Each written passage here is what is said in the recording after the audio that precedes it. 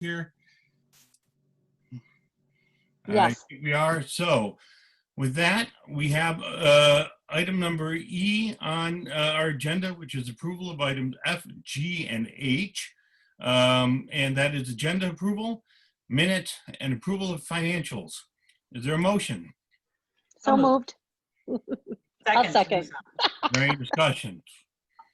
So hearing none, I'll do a roll call vote. Ms. Bailey? Aye. Ms. Vukovic? Aye. Ms. Seem? Aye. Ms. Krychowiak? Aye. And Andrew Franklin votes aye. The motion carries, and we are on to 2A, reopening updates and data reports from North Shore Health Department. All right. Hello, everybody. Hi, Shannon. Hi, Shannon. Hi, everybody. So for tonight's presentation, I have two agenda items. First one is the usual, the data.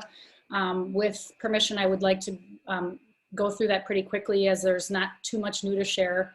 And then there's one request to update the handbook with the board's permission to go along with the guidelines for quarantining along with the CDC and North Shore Health Department. So we'll start off with the usual COVID data reports from the North Shore Health Department.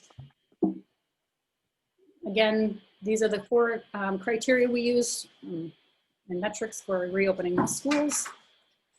And the data presented tonight is from this past Friday, December 11th. Again, the number is a little smaller this time, but it is still in the critical state for our burden.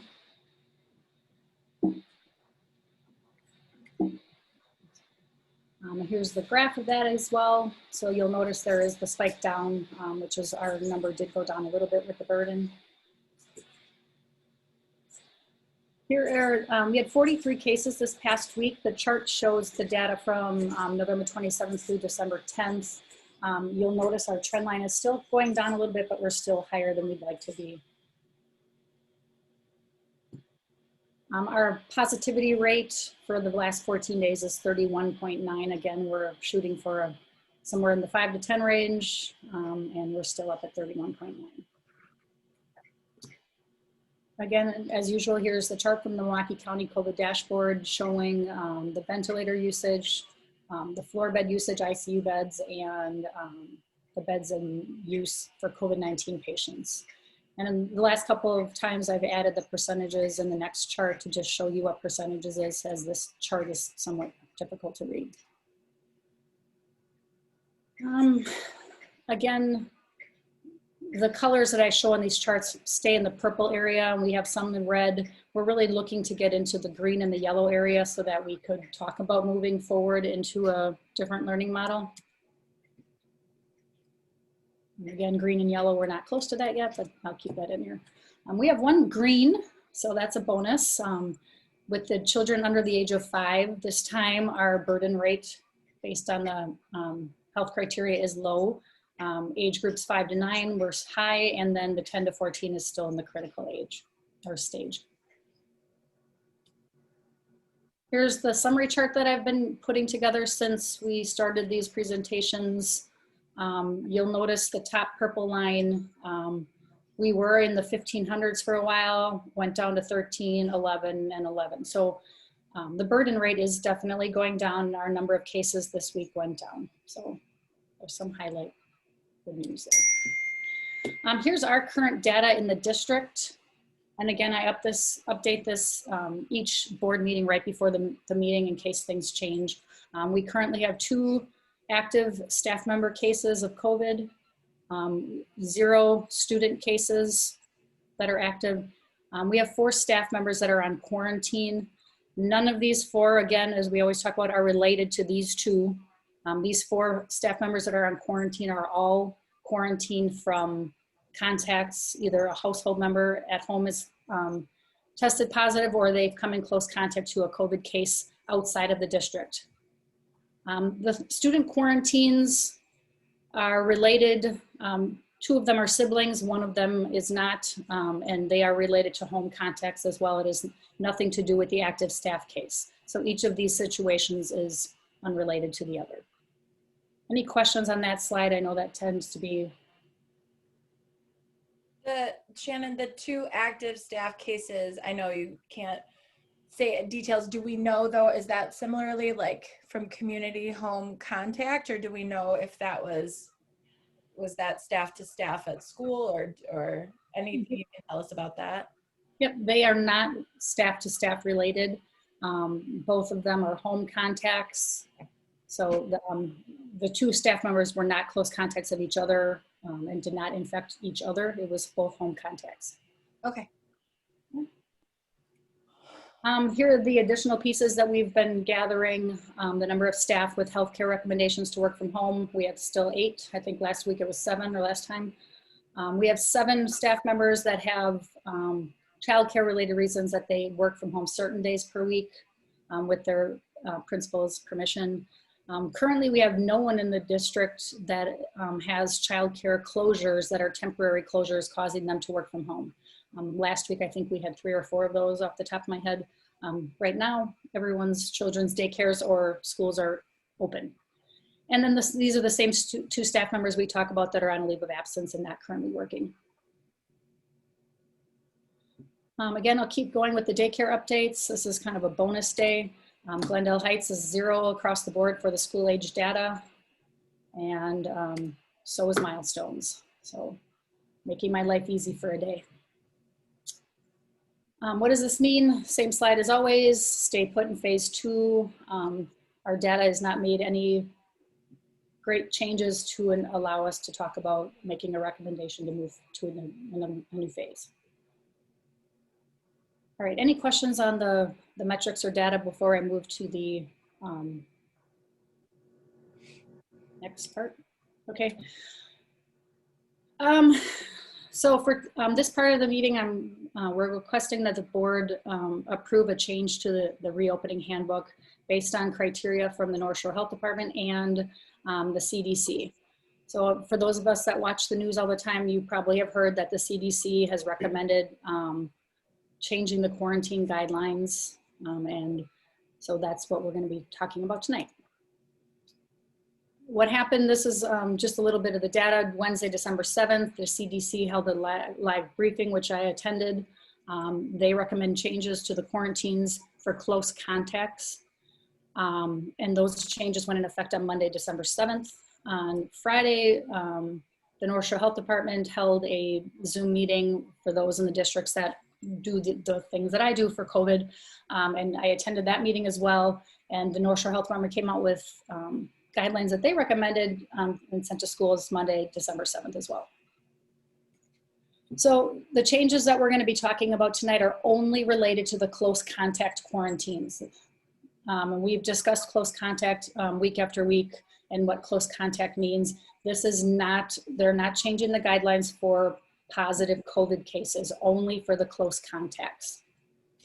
So our handbook language right now says if you test positive, and if you look at the student section, it would say your student test positive, you are asked to stay home or teach virtually or stay out of the school buildings for in-person learning for 10 days. There are no changes to this from the CDC or the North Shore Health Department. So I just want to make that clear. It's just for close contacts. Our current handbook guideline for close contact was 14 days of quarantine. And that was the guideline that was given to us from the CDC and the North Shore Health Department when we began this process in the summer. What's happening now is that the CDC and North Shore Health Department are now giving schools, childcare facilities, businesses, etc., 3 different options for quarantine. And we're going to go through each of these briefly. So let me go back here a second. Notice day 0 up here. We're going to refer to that. Day 0 is the day of exposure to the positive case. So if I were exposed to a case today, today would be day 0, and tomorrow would be day 1. So the 14-day option is exactly what we've been doing. You stay home for 14 days, and then on day 15, you can return to school or work if you've had no symptoms. There are no changes from this whatsoever. One of the options is continuing 14-day option, and that's been allowed by what we've been doing. Option number 2 that they're offering is a 10-day option. So instead of staying home for 14 days, the CDC is basically saying you can stay home for 10 days if you have no symptoms, and then on day 11, you are allowed to return to school. You are not required to take a test here. You just need to monitor yourself for the 4 additional days, which would give us to the 14 days. So you may be wondering, you know, why are we doing this? But I'll go through that when I go through the next option. The third option and final option is a 7-day option. And this one's a little trickier. If you would choose the 7-day option, on day 6 of your quarantine, you are eligible for a COVID test. On day 7, it could be your last day of quarantine if you have a negative test. For those of us that have gone to testing locations, day 6, oftentimes, unless you go to a clinic that gives you a fast turnaround, you don't have your results by day 7. Some people are going to their physicians and getting those results, but oftentimes this is going to cause a delay anyway. And they did discuss that on the calls. But on day 6, you're eligible to take a test. On day 7, if you are clear with no symptoms and you have a negative test, you are allowed to return to school or work on day 8. But this one requires a negative test. So, oh my God, you think there's an actual number for that? I'm wondering. Oh, no way you find the name of their ever be. I was like, I'm not sure if they're laughing at my numbers. Okay. Rob, can you mute? Thank you. All right, thanks. All right, so those are the 3 options, 14, 10, and 7-day options. So here's in a nice little chart here. So again, here's exposure to the positive cases, day 0. You wait, and this again is non-household. So the household member has a different criteria. But if I'm exposed to a close contact, let's say at work, day 0, when I'm a close contact, on day 6, I am eligible for a test. Day 8, I can end the quarantine if I have no symptoms, and I can return. So this kind of just gives a nice little chart overview of what I just described in the previous slides. So if I go along the top, you can do day 10. If I go along the bottom, it's day 8. So Shannon, is the ask to have all 3 of these as an option, a specific one, or what is the recommended? The recommended, that I'll get to that slide later, but it's just recommending that we follow the CDC guidelines and the North Shore Health Department, in which they stipulate giving districts or businesses all 3 options.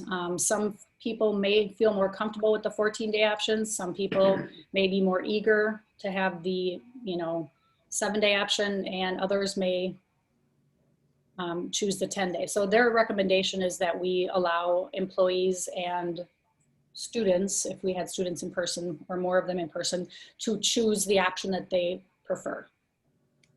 Did we get any clarity on, I know we asked this in the policy meeting about what is constitute day 6? Is it, how are they counting like day 1? Is it 24 hours and that's day 1 and then another 24 hours day 1, or is it you just the next day and that's considered 1?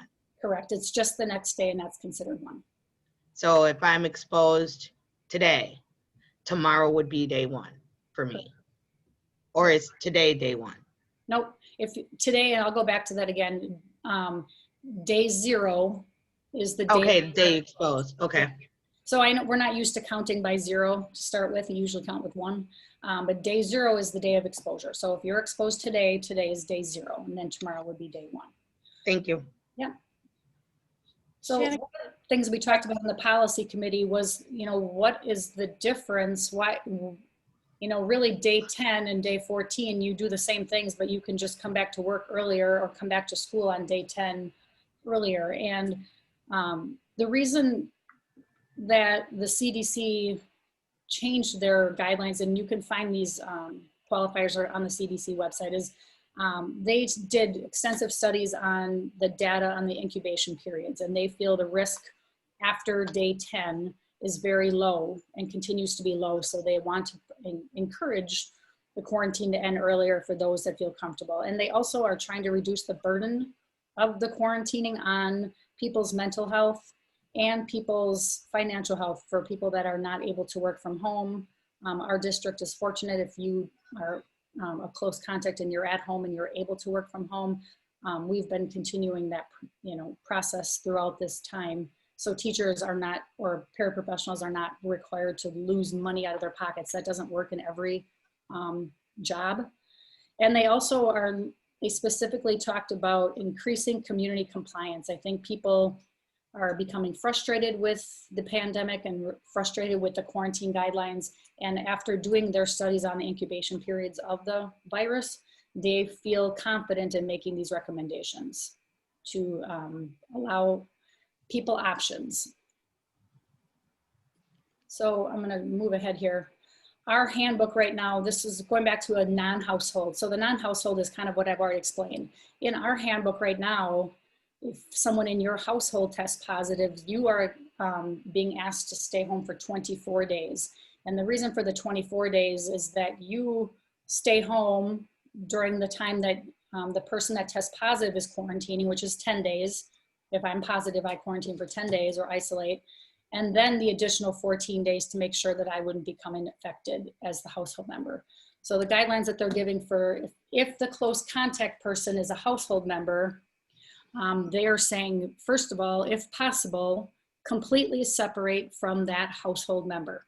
That doesn't work in every family situation. If you live in a smaller place or you don't have 2 bathrooms and you can't really separate from a family member, especially if you're dealing with children or whatever. If you are able to completely separate from the household member that tests positive, you can continue the or the quarantine pattern that we described in the previous slides. Day 6, you could be eligible for a test. Day 8, you could quarantine if you have and then return. The quarantine ends in day 10 if you have no symptoms. If you are not able to separate from that household member, then your quarantine would end at 20 days. So lots of options. Again, if you go back to ours is 24. The recommendation would be that we follow the guidelines, and I would outline this in the new handbook so that it was nice and clear for everyone to understand. So the recommendation that I'm asking for the board is to update the reopening handbook on quarantine guidelines to reflect the recommendations from the CDC and North Shore Health Department. And just to answer the question that Danielle Bailey asked, Ms. Bailey, that we would recommend that we would follow their guidelines by offering our employees and our students that are in person the 3 options based on their family's needs and their choices. So any discussions or questions? Again, the data is from December 11th, and thank you for listening. Can you go back 2 slides so I can make the motion? Yes. I motion to update the reopening handbook on quarantine guidelines to reflect the recommendations from the CDC and North Shore Health Department. I'll second that motion.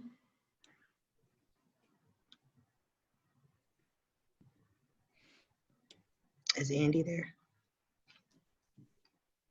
Where's Andy? Is Andy still here? I'm on mute. Oh, No wonder I was talking, and I was wondering why you weren't all acknowledging what I said. So is there any discussion on the issue? I just have one question about the 7-day one, Shannon, your slide. Sorry, everyone, but I was trying to go through the CDC stuff, but you can get the antigen or one is the rapid test or the regular test. Correct. On 6. And that is specifically in the CDC or the North Shore that it's either test? Yep. Okay. So I will say, and we talked about this a little bit in policy, the CDC actually allows the COVID test on day 5. The North Shore Health Department, which is our, the organization that I would recommend we follow, says day 6. So for example, for those of you that have maybe children in Grafton, if you look at their chart, their test here, because they're in a different county, they decided to go with day 5. I think the North Shore Health Department is being a little more conservative, which I think it would be on our best decision to follow the North Shore Health Department since we use all of their data and metrics for our reports. But yes, either of those tests work.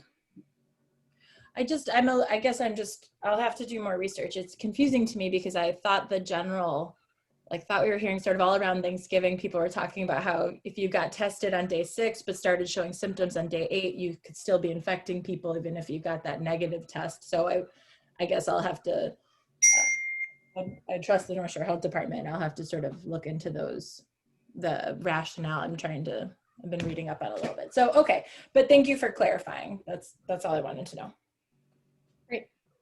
We just add, I'm a little leery about changing standards only because it sounds to me like there are a variety of reasons that aren't entirely, although it sounds like a big chunk of this is science and a lot of this is public health, that aren't necessarily, directly tied to both of those. But I think that you've gone over in some depth, actually, all of the various components that went into this recommendation from CDC. And I really don't see any reason why we shouldn't go along with that. It's not like it's a wholesale change. It's certainly tweaking and certainly considers valid factors and having, departed with science, so to speak. So I think that, while changing these things can frankly bring confusion, like what Ms. Bailey was talking about, I think that to the extent that we are being consistent and sending a consistent public message, that we ought to go through that process and do that and be a part of that. Yep. In the last presentation, prior to, or maybe it was the policy one, Dr. Moser asked that I double check with our partner districts to see what our partners were doing, and all of them as well are following the CDC guidelines and the North Shore Health Department guidelines. So I wouldn't feel comfortable making this recommendation if I was a lone wolf here. Obviously, the CDC and the North Shore Health Department are the experts in the area, and all partner districts are following the 3 choices. Okay. And that's good to know. Thank you for the additional information. If there's no other questions, I'll do a roll call vote. Ms. Bailey. Aye. Ms. Vukovic. Aye. Ms. Seem. Aye. Ms. Krychowiak. You're muted. Oh, you're on mute. Aye. And Andrew Franklin also votes aye. The motion carries and the handbook will be updated accordingly. Thank you very much for the presentation this week. Thank you, Shannon. Thank you. You're welcome. Okay, I am going to point out, I've told a few people who've come and asked various questions. We've had some inquiries, as we often do. This week, we moved visitor participation up to item 3A. We've done that because we know that people have a lot to ask, and that it may facilitate question asking if we allow people to ask those questions in advance in case there is any overlap with the new business. It just provides people an opportunity to speak on topics. So we're moving visitor participation up. We will see how it works and if we commit to that going forward. But for the moment, visitors may speak on any non-agenda item at this time. Board, state law and or board policy may limit school board's response. And we would ask that if possible, you limit your comments to 3 minutes or less. I'll give everyone a moment because I know that it was a little bit of a difference, so some people may not have their comments or questions ready.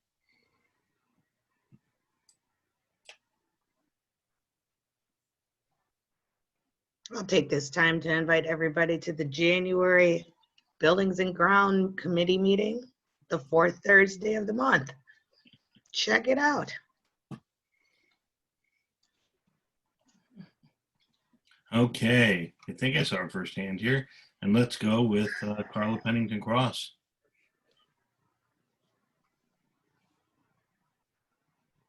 Hello, everyone. I aim to please. Hello. Carla Pennington Cross, 909 West Acacia Road.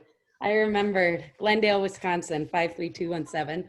Hi, everyone. I just wanted to say very quickly, thank you to Dr. Moser for having the listening session last night. I thought it was just a wonderful open conversation. A lot of information was shared. I loved it. I hope you can do more of them. On the other hand, I know all of you have day jobs and now night jobs and weekend jobs. Dr. Kilton, Dr. Moser and I were speaking Saturday morning about some foundation stuff. And so I just want to say thank you. Thank you to all of you, all the staff, for your continuing hard work.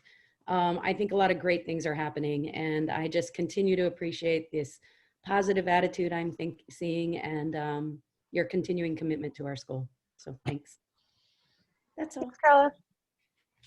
Terrific. Thank you very much. Okay, then the next one that I see up here is Patty Zymans.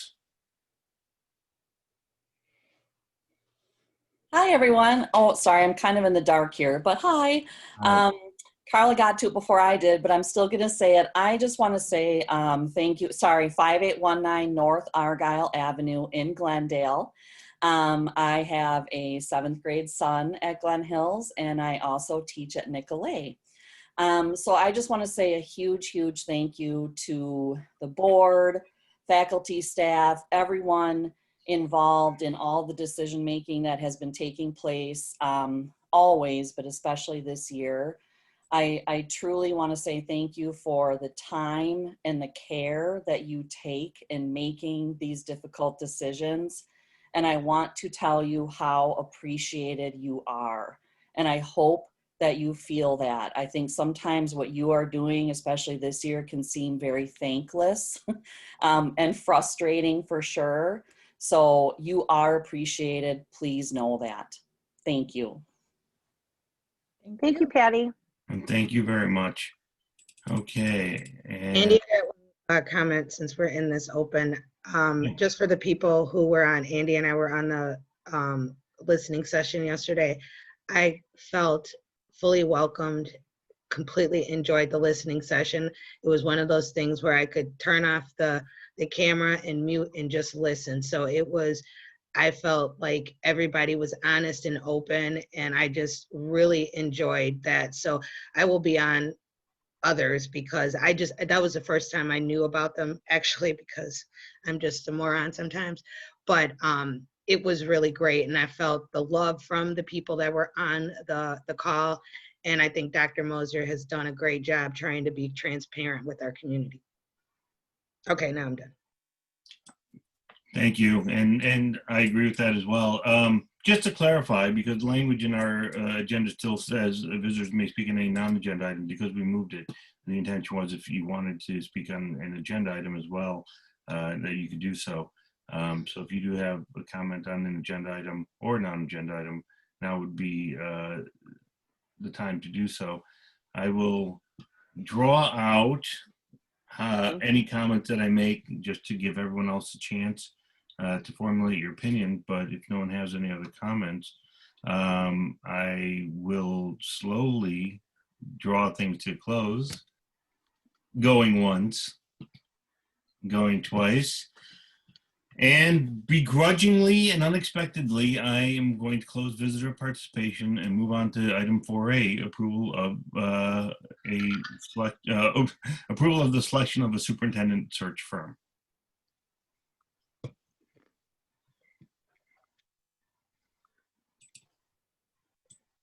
And Dr. Moser, I didn't know if you wanted to lead that discussion or if you wanted me to. You're muted, Dr. Moser. You are muted, sir. Thank you for reminding me. I'll just make a short introductory comment. The board has been discussing thoroughly the selection of a superintendent search firm. There are 6 firms made application. The board narrowed it down to 3, interviewed 3, then narrowed it down to 2, and has interviewed the 2 search firms again. I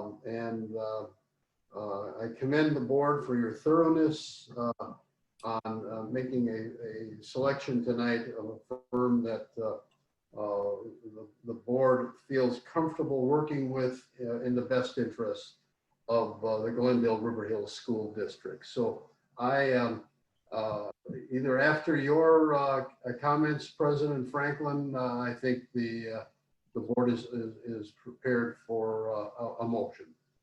Perfect. Well, it's been a challenging year, as so many of you know, and certainly, to have a retirement early on, created challenges for us. We've been really fortunate in that we've been able to secure Dr. Moser to be our interim superintendent, and perhaps knowing at the time and knowing now that we had hired him with the understanding that he would only serve as an interim, he has really done just so much so far and will continue to do so to really lead us forward, over the course of this year and through these difficult times. But we do need to plan ahead for a permanent solution, and the board has spent a lot of time doing a lot of heavy lifting to try to find the best way to do that. To that end, you'll recall that we started with a request for proposal. Then after we received a number of responses, a number of proposals from about a half a dozen firms, we went through those. We had sessions with each of those firms, and we went through and I'm sorry, not each of them, but with the top tier of them. And from there, we were able to narrow it down, at least informally, based on some questions that we wanted to ask. I've been tasked by the board with, along with Ms. Seam, with following up with some questions, engaging in some negotiation to try to align us with proposals, with work to be done, with terms and conditions. And at this time, it's my pleasure to recommend that we hire the firm of Ray and Associates to conduct our search. Ray and Associates has come to us. They do have out-of-state headquarters, but they have local staff that we would be working with. And we would be working with a team of 3 individuals, including Eric Dimmitt, who is on staff at Cardinal Stritch University and just down the road from the school, who would help us in formulating our plan for hiring a district administrator. We have had a contract negotiated, short of signing it and short of making any formal offers, so that we know that they're on agreeable terms, and that we have had all of our questions answered. And I found that Ray and Associates have been very responsive and very open to working with us. With that said, I think that I would entertain at this point a motion. And I guess, the one thing to talk about, which I think we should discuss, in addition to other terms, is fee. And the base fee from Ray and Associates is going to be $14,500. There will be potentially some additional expenses there. Ms. Seam did a comparison of our offers and proposals, and while Ray and Associates, we project maybe a few $100s more to work with than at least one other firm, we think that there's a lot of value in the work that they're doing that is inclusive of that price. And so in terms of comparing apples to apples, in terms of looking at the big picture, in terms of evaluating the requirements and the considerations that the board's asked us to look at, it's my recommendation, and I believe Ms. Seam joins with me to make it our recommendation that we extend on the terms that I provided to you the contract and sign Ray and Associates as our search firm. So moved. There's a motion. Thank you. I will second. Terrific. Is there any discussion? I'm just excited to go forward with this process. I am too. And, you know, obviously we've already had a lot of discussion already, had some other discussion. So us as board members, we're already primed on these topics.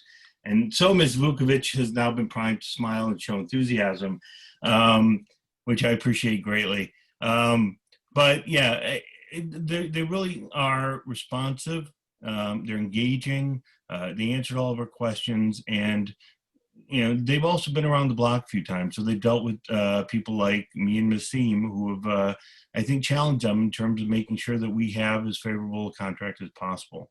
So I am enthusiastic, not just to work with them, but to go forward in the future. And to know that we also have the advice and counsel of Dr. Moser in this process. I really feel like we're on the right path, and this is the starting point. So with that, there's a motion and a second. No further discussion. So I will do roll call vote. Ms. Bailey Aye. and Ms. Vukovic, Aye. Ms. Seam, Aye. Ms. Krychowiak. Aye. And Andrew Franklin votes aye. So the motion carries. We will extend the offer on the negotiated terms, and we will present those. And also, I believe the next action will be to reach out to Ray & Associates and to advise them that we would like to meet with them, if possible, before the end of the year to have that initial meeting to formally get the process moving along. Okay. Moving on. From there, item 4B is approval of the organizational chart. Thank you, President Franklin. Members of the school board. The school board personnel committee is recommending the approval of a revised organizational chart for the school district. The organizational chart has some changes. Let me identify probably the most significant of those changes is the fact that the chart has been flattened out. The chart shows that the principals will report directly to me as the superintendent of schools. The personnel committee is also directed that that a policy concerning the organizational chart will be brought to the policy committee at the January meeting. It's emphasized that the revised organizational chart that was recommended by the personnel committee is not a chart showing who's more important in the organization than someone else. It's a reporting chart of who reports to who, so that the staff, the faculty, the community and the school board all know that those are responsibilities. So based upon the action of the personnel committee, I'm recommending approval of the revised organizational chart for the Glendale-River Hills School District. Thank you. Motion. I'm sorry? Thank So you. moved. I make a motion that we accept the recommendation of the, is it policy? Of the revised organizational chart. Yes, what she I'll said. second that motion. Thank you. Okay, terrific. Is there any discussion? I would just kick it off by saying I think that this is an important step. I think that what we're doing is we're showing that we are empowering and trusting our staff. We are giving them room to grow in their positions, and I think that it will be more efficient as well. I want to applaud Dr. Moser for his leadership in promoting the current structure.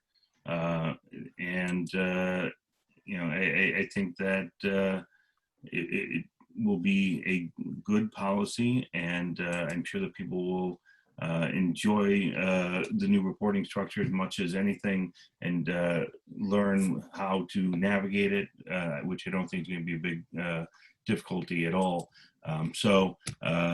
I think it also just reflects how our district operates, and I think a lot of thought went into it. And again, I want to thank Dr. Moser, but also the administration for stepping up and I think providing some input and some suggestions into how this would work.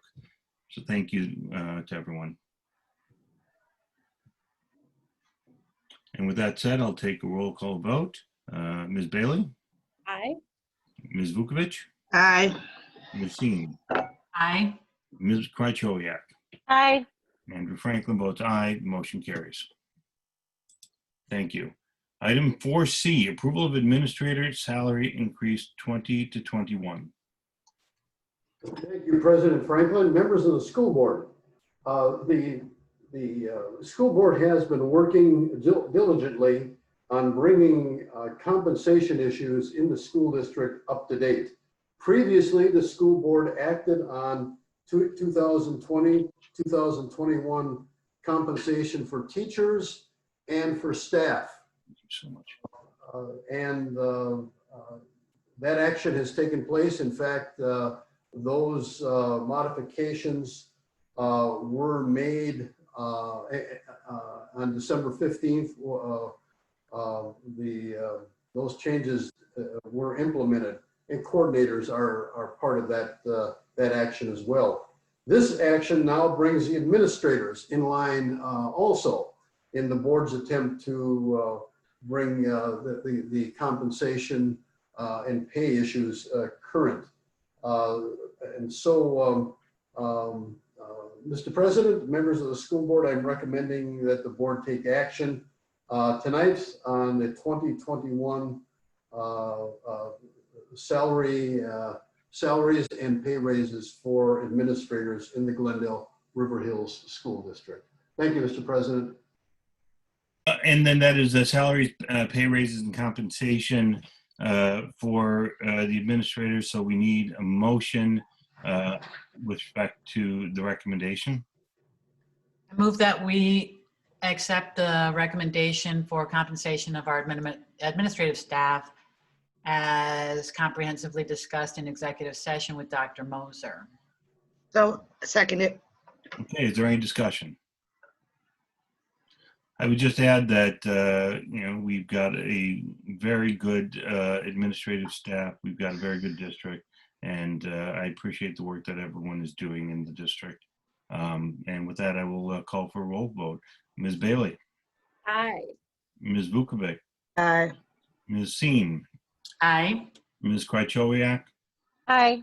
and Andrew Franklin votes aye. The motion carries. Thank you. Item 4D, I'll move right along, is consideration of extending administrator and coordinator contracts through June 30th of 2022. Thank you, Mr. President, members of the school board. Right in line with President Franklin's comment previously about the quality of our administrative staff, and considering that I am a relative newcomer, not to Glendale, but to the Glendale-River Hills School District, I have asked the school board to extend the notification date on administrator and coordinator contracts. And that is the consideration in this agenda item. I would ask that we not consider the phrase through June 30th, 2022. That was an error on my part. It's really an extension of the notification date on the contracts.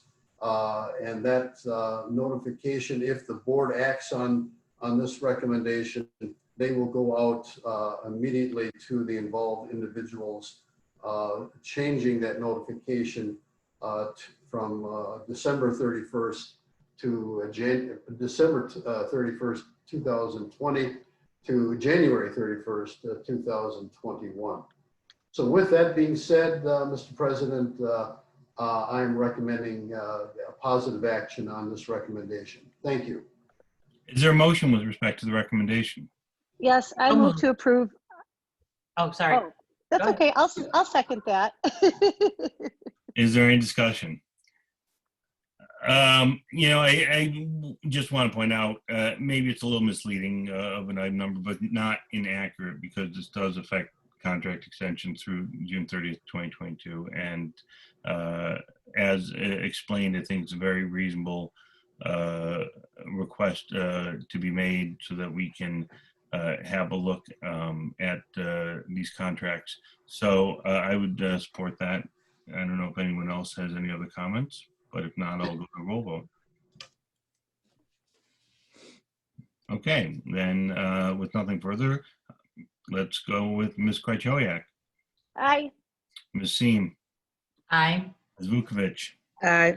Ms. Bailey, Aye. and Andrew Franklin votes aye. The motion is carried. And we move on to considering WASB resolutions. Thank you, President Franklin. On this particular action or item on the agenda, I don't think I'm going to be asking board members for any action, but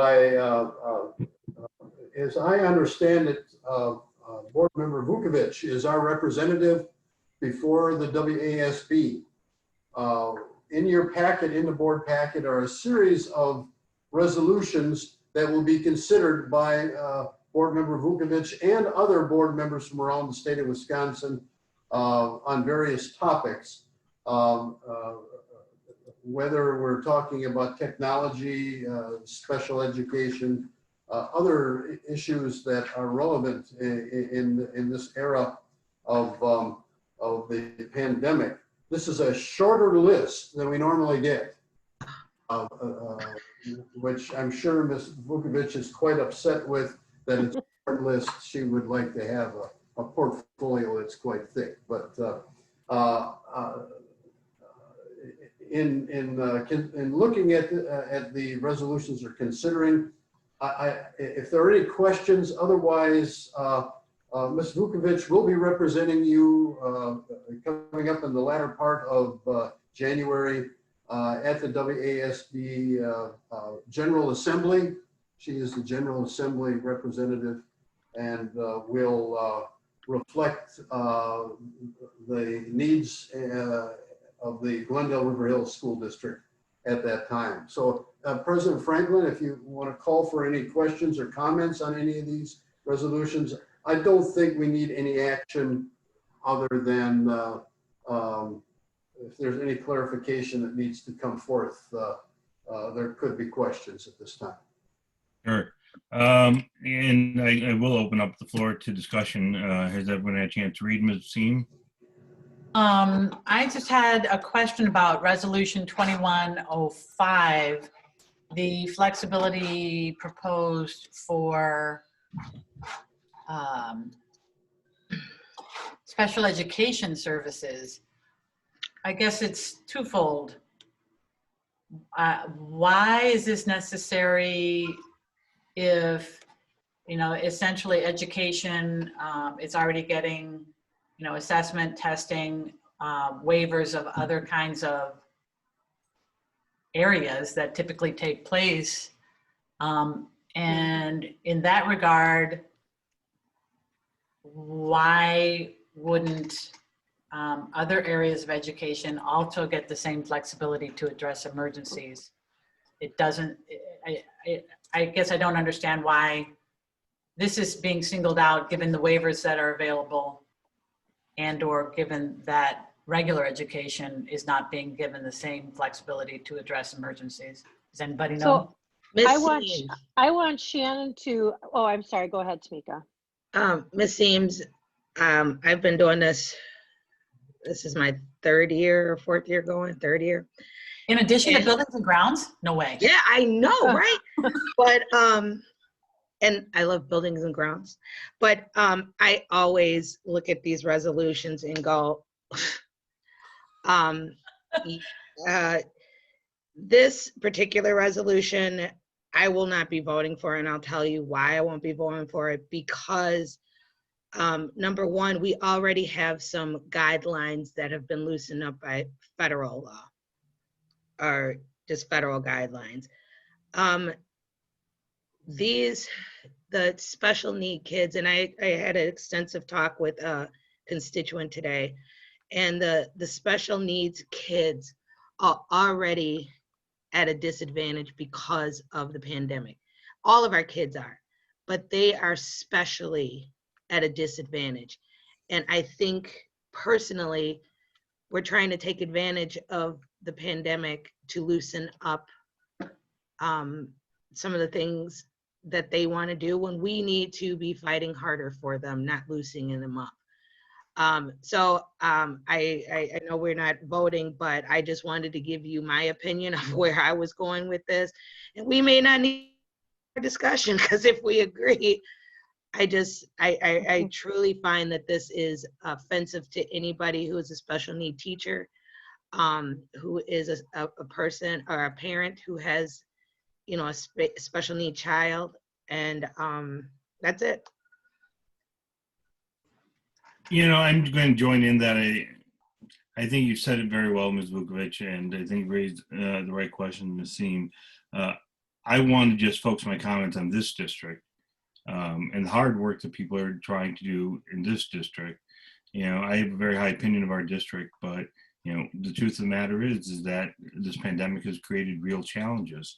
And while I'm a firm believer in creativity and to some degree flexibility, I believe that that cannot be something that you engage in at the cost of providing services that are required, not just legally required, but just morally required of the people who need it, of the students who need it. And I've looked through these resolutions, I've looked through others, and I just feel like this one is just tone deaf to reality. And I'm glad that we're in a district where we take that seriously, and we're going to learn from how you know, we've handled things before and constantly try to improve in what we've done. So I'm just glad that we have some consensus on that point, and thank you for indicating how you act on this, Ms. Vukovic, in January. Does anybody else have any other questions? Because I do want to talk about one other resolution too. Yeah, I have a question. Just help me understand the process a little bit. So when you go to vote on these resolutions, is there any discussion? Is there any potential for revision or edits at that time, or is it simply you vote yay or nay? So no, it's just like a regular board meeting where you can have amendments. You just have to write them down or send them. I don't know how they're going to do amendments this year because it's all virtual. Then there's discussion, and usually it's 1 point for, and then another point person will say against, and it'll go back and forth. 9 times out of 10, somebody calls the question very quickly, and then it's done. But then the body of, depending how many districts there usually is, there's 400 people or so in there, and we vote.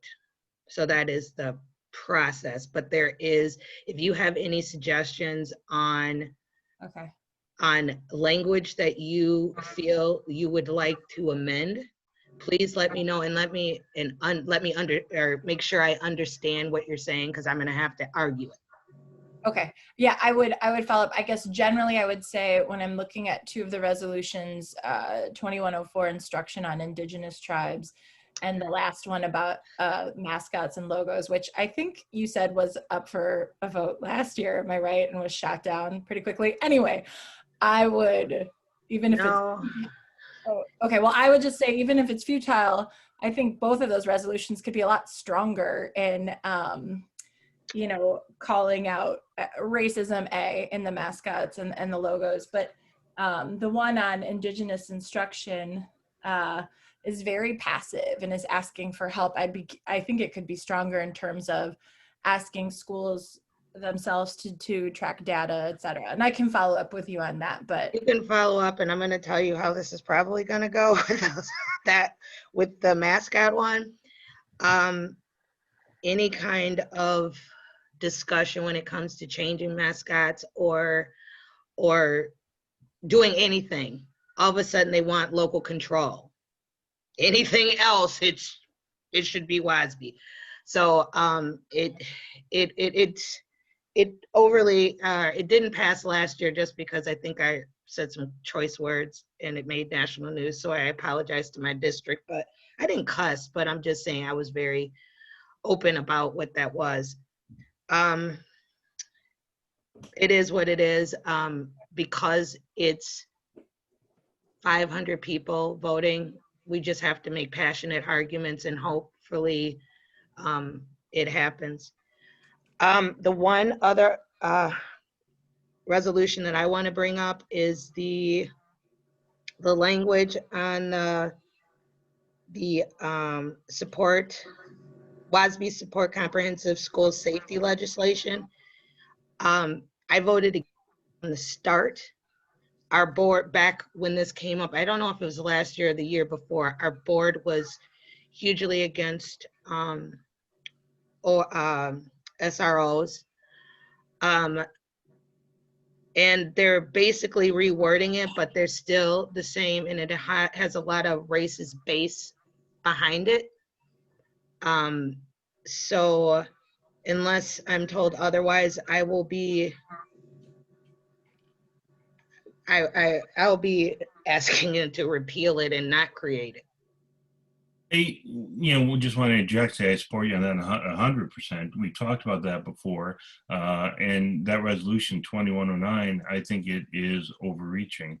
I certainly think safety is important. We all do, right? But this one also takes a position on, recommending without distinction the filing charges against people. Now, there are circumstances where that should happen and should happen automatically in some cases.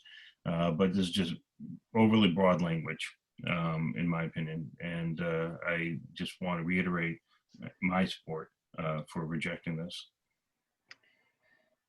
Anybody else have any other ones that they are, like, I believe in the sales tax, it'll help our district. The broadband, it doesn't necessarily, and this is where this is funny, it doesn't necessarily affect our district, but that's when you're supposed to band together and collectively do what's best for the whole state. It just seems that Milwaukee, Dane County, Kenosha, sometimes Green Bay school districts get pushed aside, even though they're like a third of the population of the kids, but yet because it's such a rural area and there's like literally 400 or 500 people sitting there, our concerns are not heard. So this is a rough job. You literally have to talk. And I don't know how I'm going to do that this year. So, but I'll get it out there. Trust me. Andy, I wanted to hear from Molly on 2105. She was going to say something. She's a special ed teacher. Oh, I missed that. I feel like she's got insight. Well, I'm just reading the document, and I too got some emails from constituents today, but I'm reading this differently, and I just want to give my perspective about this. Every year the district has this maintenance of effort, and they have to spend the same amount of money on students with IEPs every year to get the same amount of money the next year. And when I am reading this WASB resolution, particularly in the rationale, it looks like what they're saying is, and I'll take a step back. If you don't spend that money, you don't get the same amount of money. So let's say your budget is $2 million. If you don't spend the $2 million, you get less the next year as a district to help educate students with IEPs.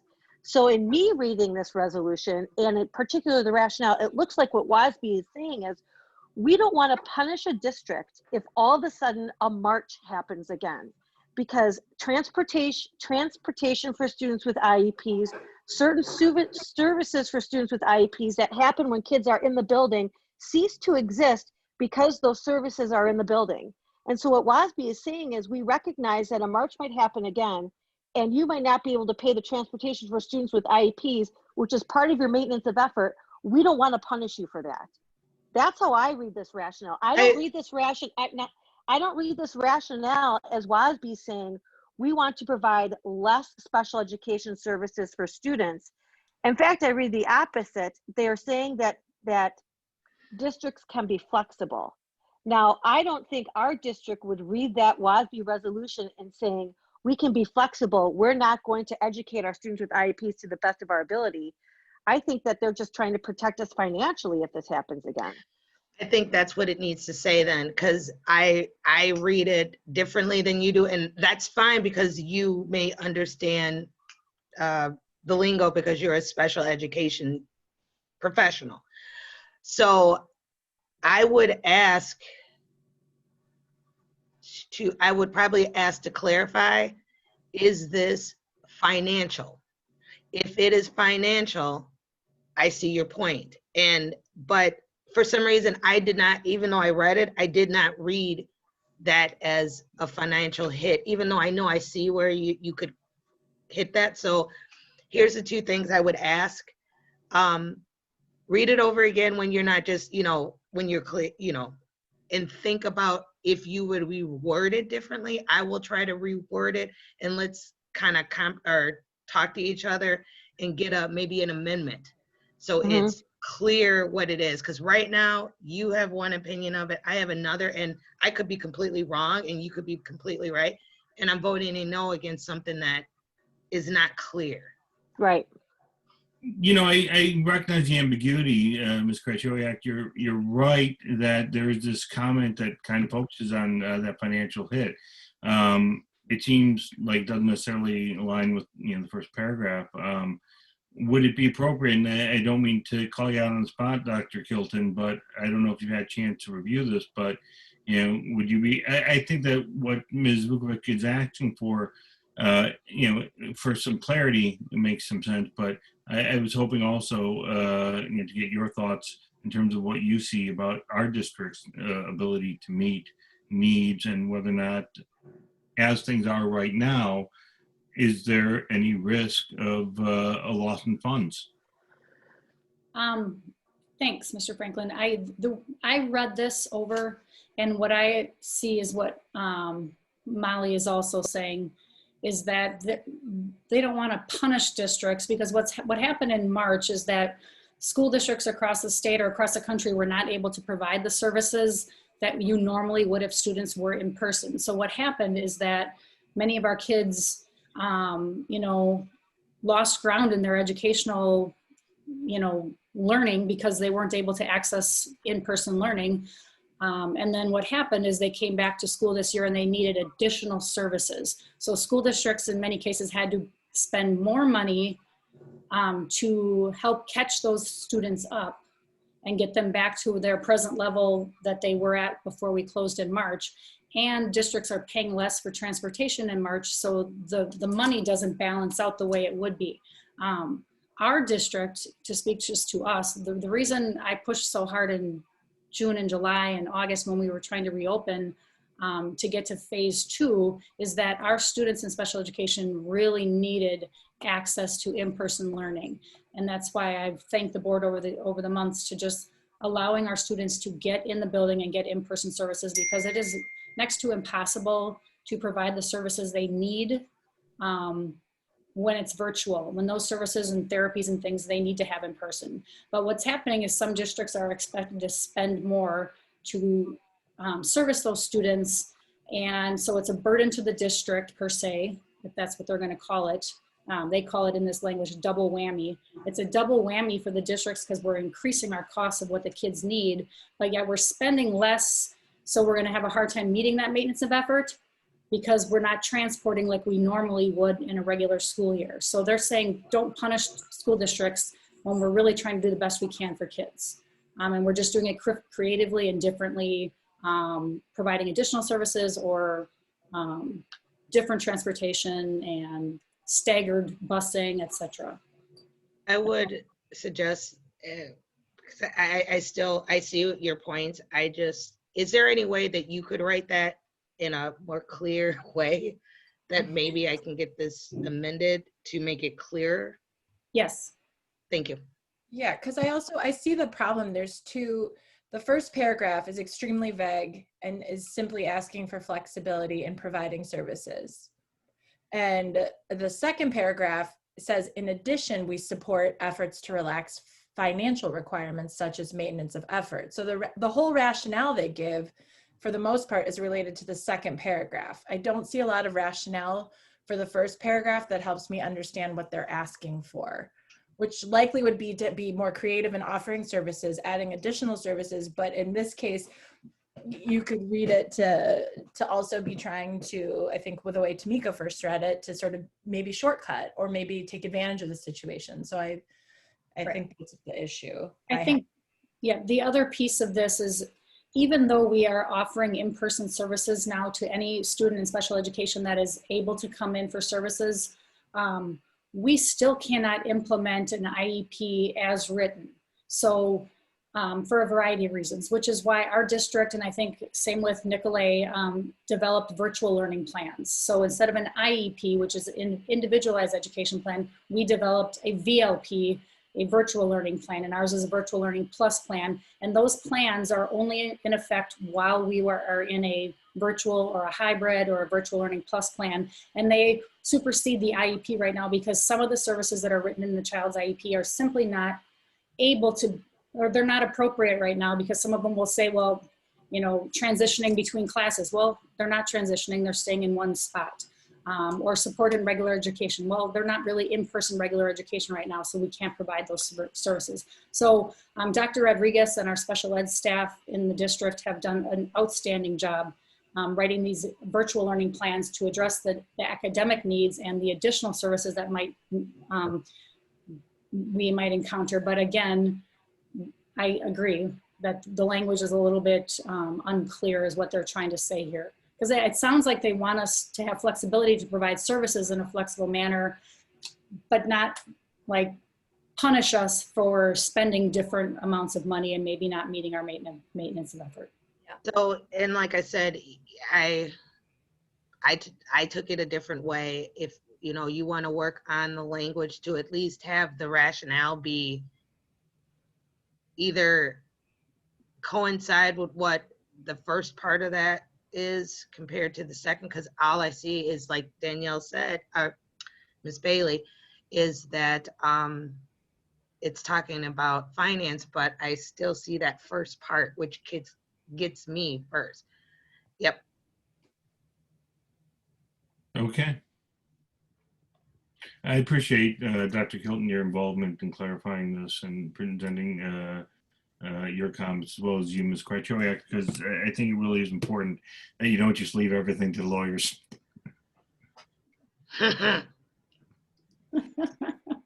But no, but it helps, and it's specialized knowledge. There's definitely some ambiguity there, and that's why we talk these things out. I think that the most important thing is, you know, this advocacy, but this could come back to help our district. But, you know, I think the most important thing is how we serve people who are in need of services within our district, and that we have to have a continuing commitment to doing right by them. I'm just glad, okay, Ms. K, because I still can't pronounce your name, I apologize. She brought it out the way she did, because I was reading it completely differently. So, you know, we just argued about flexibility, and unless there's more comments, I mean, we were on to item 4F, and I don't want to stop discussion. Do we have to vote on the acceptance of the resolutions or not? No, it's just a discussion point. We could direct, and I think in the past we've taken direction to have our delegate do X, Y, or Z. But if my recollection is also correct, there have been times where we've also just said, hey, use your discretion with the consideration that we brought forth. I would, for me personally, I would prefer you let me use my discretion. Things happen over there. The voting changed, people change. The resolution may change. You know, the amendments may change. So, and it might be a different thing. And I just prefer if you just trust me to do that. Absolutely. Yep. Okay, then if that's it, then Dr. Moser, I would take us on to item 4F, which is DPI waiver for educator effectiveness and personnel evaluation. I'm only laughing because we're talking about flexibility and condemning in one breath, and now we're going to possibly take action in slightly different context. We were condemning vagary, I would say, not flexibility. So. I agree. I'm being flippant. Thank you, President Franklin, members of the school board.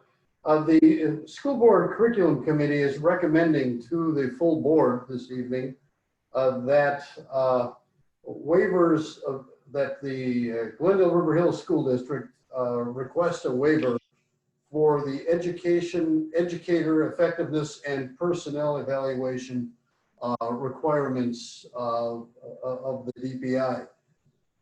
The administrative team for the school district has met and reviewed a long list of mandates that the DPI has. And that term mandate is, I'm not using it in any derogatory context, but out of that list, it was felt that we should ask you as a school board for permission for a waiver on the educator effectiveness and personnel evaluation. These are two evaluation techniques that the school district does use. I am recommending that for the 2020, the 2021 school year, that we ask for a waiver only for this school year. We still will have, the principals will still engage in evaluation, evaluations and supervision of instruction. But the educator effectiveness and personnel evaluation processes, they tend to be laborious, if I may use that term. I'm not to necessarily be judgmental, but they are. And in this particular year, we don't need more laborious activities that impact both the administrators and the teachers. So the curriculum committee is recommending to you that the board approve of these waivers, and I agree with the curriculum committee. This would be a very good and important action for the school board to take. Thank you, Mr. President. Is there a motion with respect to the recommendation? So moved. Is there a second? Second, Teresa. Great. Is there a discussion? Well, Dr. Moser, we've discussed this in the past. This would be the second year, I believe, that we've approved a waiver under the circumstances, because I think that we ended up addressing this at the end of last spring, didn't we? The board We did. We did. And we had a similar discussion about the need to have flexibility of the pandemic, but frankly, we were also a little bit less certain about what it is that our plan coming forward was going to be. And I think that if one thing's changed, certainly we are in a mode of virtual learning, which I think is organized, it's deliberate, and I'm hearing just a lot of good things about it in terms of its success and in terms of satisfaction in the community. Obviously, it's not perfect, and obviously there's still some questions, and this protects us, but it also doesn't minimize our need to really do the best we can to reach out to every student every day. And I'm convinced from what I've heard that nothing is going to impede that goal or the effort that we're doing by filing for a waiver. It's not an excuse. It is merely a document that is being filled out and, as I understand it, almost merely approved to meet the needs of the current situation. So I would support it. And if there's no other comment, we can go straight to a roll call vote.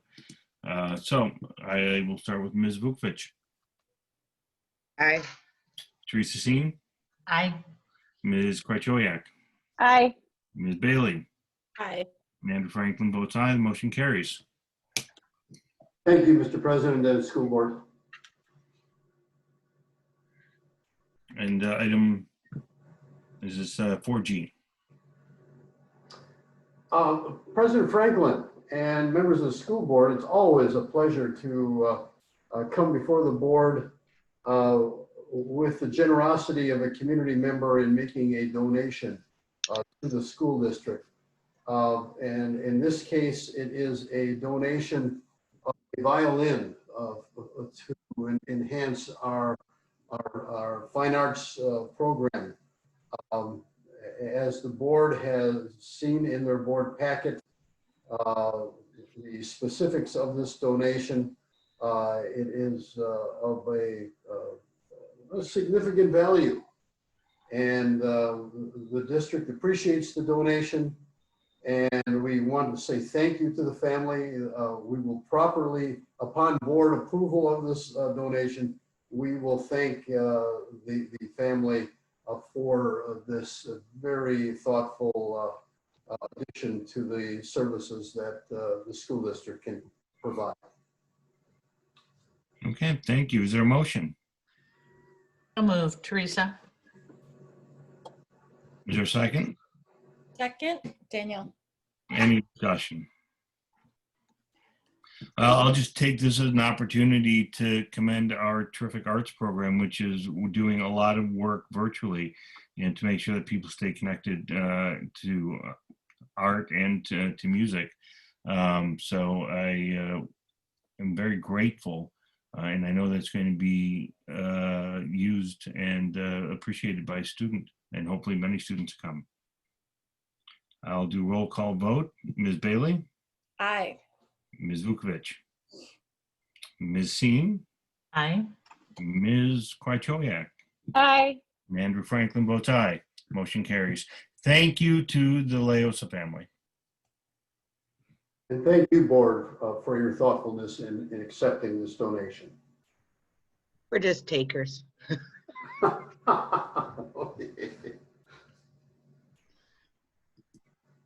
Okay, item 5A, the first reading policies and rules. Thank you, President Franklin. Members of the school board policy committee has reviewed a series of policies and rules of over the last two committee meetings. And they have moved these policies and rules forward to the full board for first reading. And I emphasize, you're not being asked to take action tonight. The policy committee has clearly stated that this is a first reading on the four policies that are before you on communicable diseases, rules on communicable diseases, policies on the community use of student facilities, and the rules on building and site use guidelines.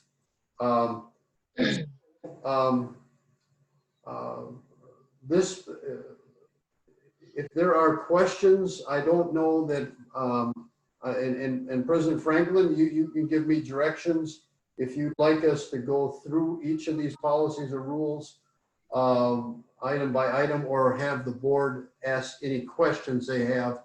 It'll come back to the board at our next meeting in the second reading for action. There will not be action this evening. So you can use the presidential discretion on how you would like to proceed, or ask, or the policy committee could make comments on these policies and rules also. So it's up to your discretion as president. Well, I think that we could probably start with communicable diseases, JHCC and JHCAR, and see if anyone had any comments on that.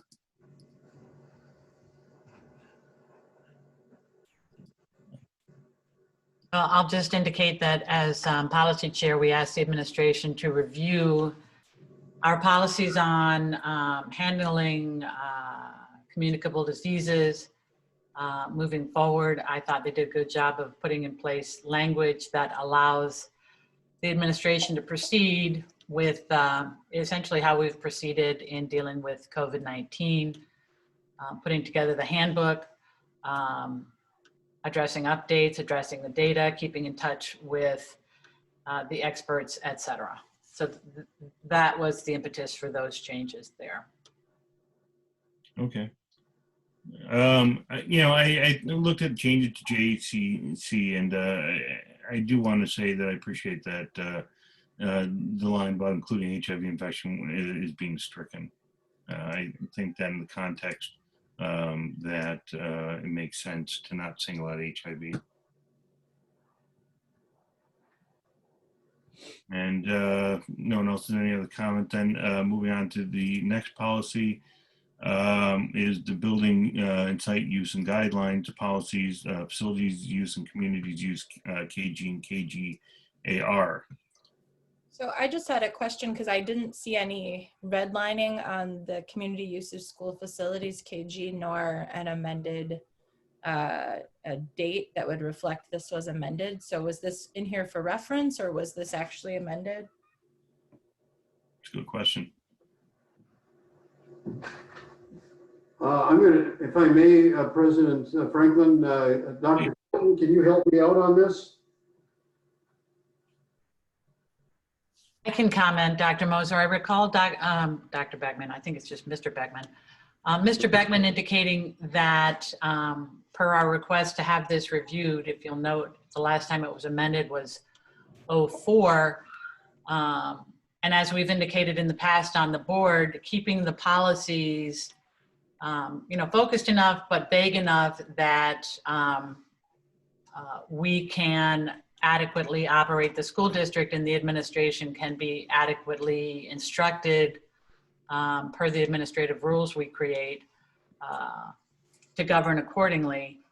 The actual policy did not need any revisions. It was the administrative rule that needed to be updated, but the policy was just attached for purposes of reference. Okay. And Board Member Bailey, I apologize. I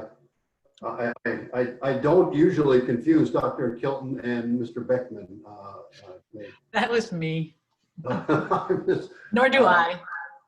so, right, so. I hope not. Mr. Beckman, Mr. Beckman, did you have any? Thank you. Thank you, Tamika. I was just going to echo what Teresa said. Thank you. The policy itself, the KG did not change, but there are red lines in the administrative rules. I think you saw some of that, that we did change some verbiage there. Some titles changed and things like that. I also did not change the fee structure, or we did not recommend changing the fee structure. And that would be, I think, the board purview if they decide to change fees. I feel right now the fees are adequate, even though they are a few years old. And so that's why the fee structure didn't change. But I think Dr. Mosier mentioned it, and also Ms. Seamer mentioned it. If the board has any other additions to the policy or changes, let us know before the next committee meeting, and we'll get those changes in so you can look at the second reading as in the final reading. Thank you. I have a quick question about this this item, and it says the school board authorizes administration to develop rules and procedures for and execute rental agreements. So when it says administration to develop, at the end of the day, who decides who gets to use our facilities, and who decides that? Who gets to use our facilities? Is it by consensus? Is it one person who's kind of the gatekeeper? Who does that? Fortunately or unfortunately, right now, Molly, it's me. Okay. But the administrative rules added the ability to appeal up to the superintendent. To the superintendent. Yeah. Okay. Like my decision, or the director of operations, whoever that might be in the future, would then, you can appeal to the superintendent. Got it. Thank you for the clarification. The director of operations in 4 years. That won't be Jim. I told you every time, I'm gonna try to sneak it in there, Jim. I have to mute myself now. I appreciate the work that's being done in updating the policy and the consideration that went into the changes that were made, as well as changes that weren't made. And so for right now, then, we've got a motion to approve the first reading. Is there any other discussion?